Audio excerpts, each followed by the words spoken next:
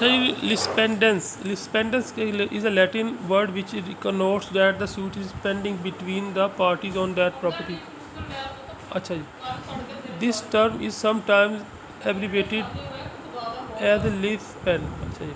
A property cannot be transferred during the pendency of the suit. यानी कि जब दोनों पार्टी के दरमियान लिटिगेशन चल रही हो तो फिर जो property can not be transferred, ये इसका कानून है लिस्पेंडेंस का, between the parties in the court during the pendency of the suit nothing new should be introduce. अच्छा, रेलिवेंट प्रोविजन इसका आगे section 52 of transfer property act आ गया. ठीक हो गया.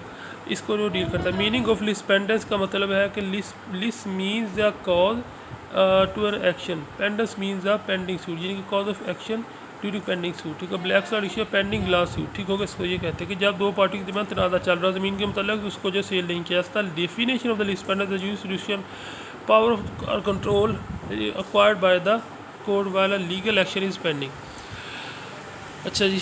The jurisdiction power of the control acquired by a court while a legal action is pending. ठीक हो गया.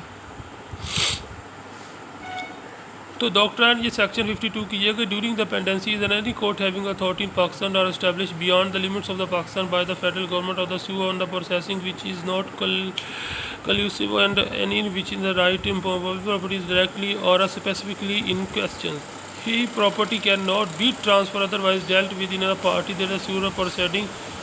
So and the effect of the right of any other party there to under any decree or order which may be made therein except under the authority of the court and the such terms as it may impose. अच्छा जी. तो इसके अंदर वो basically ये कह रहा है basis of doctrine of lis pendens के doctrine of lis pendens based in the maximum it mean that during litigation nothing new should be introduce. कि जब वो मामला दो पार्टी के चल रहा है तो उसके अंदर यानी कि कोई भी उसको खरीदो फरोख्त नहीं कर सकती. इसका बेसिक पर्पज़ है. तो इस तरह होगा कि अगर किसी नई पार्टी में इसकी पूरी थ्योरी का मतलब ये है कि अगर किसी नई पार्टी ने भी जगह खरीदी है उसे यानी कि एक नई पार्टी ने जगह खरीद ली है और ड्यूरिंग पेंडेंसी ड्यूरिंग लिटिगेशन दो पार्टी के तो उस एक पार्टी ने जो क्या किया उसका ट्रांसफ़र कर दिया दूसरी पार्टी को, उससे कंसिडरेशन ले ली. तो अब जो तीसरी पार्टी होगी उसको वो सेम वही अगर उसने ले भी ली है लिस्पेंडेंस के तहत उसको सेम वही सेम वही मसला सेम वही लीगल इशू फेस करना पड़ेगा जो उसको सेल करने वाली पार्टी कर रही थी. तो वो सारा जो है बर्डन उसके ऊपर आ जाएगा. ठीक हो गया. तो इसका जो भी नताइज होंगे वो उसको फेस करने होंगे. अच्छा जी. Essential of doctrine of lis pendens transfer during and pendency of suit. ठीक हो गया.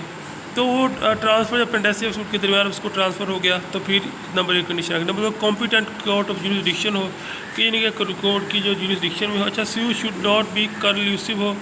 उसके बाद में suit relating to immovable property suit. अच्छा. Right to immovable property must be directory exception और स्कोप आ गया इसका और कंक्लूजन आ गया.